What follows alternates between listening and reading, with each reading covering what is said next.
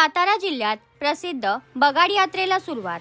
सातारा जिल्ह्यातील वाई तालुक्यातील बावधन येथील बगाड यात्रा ही महाराष्ट्रातील एक अत्यंत प्रसिद्ध, ऐतिहासिक आणि शौर्याची प्रतीक मानली जाणारी परंपरा आहे। या यात्रेला सुमारे 800 वर्षांचा इतिहास असून ती दरवर्षी रंगपंचमीच्या दिवशी साजरी केली जाते। या वर्षी यात्रेमध्ये रविवारी रंगपंचमीच्या दिवशी मुख्य बगाड यात्रेला सुरुवात झाली असून बगाड्यांचा मान विठ्ठल सोपान कदम यांना मिळाला आहे। होळी पौर्णिमेच्या मध्यरात्री श्री काळभैरवनाथ मंदिरात देवाला कौल लावून बगाड्याची निवड केली जाते। बगाड म्हणजे एका मोठ्या लाकडी गाडीवर उभा केलेला सुमारे 50 फूट उंच लाकडी खांब शीड।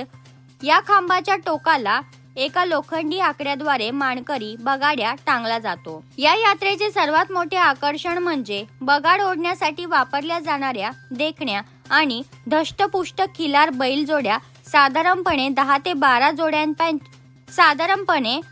12 जोड्यांच्या साह्याने हे बगाड नदीवरून गावाकडे ओढून आणले जाते। हे ग्रामदैवत श्री काळभैरवनाथ आणि जोगूबाई यांचा विवाह सोहळा मानला जातो। यापूर्वी पाकळणी, मंदिर स्वच्छता आणि हळदीचे कार्यक्रम पार पडतात। ज्या भाविकाची बगाड्या म्हणून निवड होते त्याला 5 दिवस कडक उपवास करावा लागतो।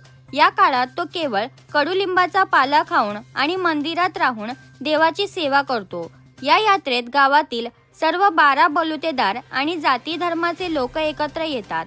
शेतकऱ्यांची अशी श्रद्धा आहे की ज्याच्या शेतातून हे बगाड जाते तिथे त्या वर्षी उत्तम पीक येते। या दिवशी तिथे काशीनाथाचं चांग भलं च्या जयघोषाने संपूर्ण परिसर दुमदुमून जातो।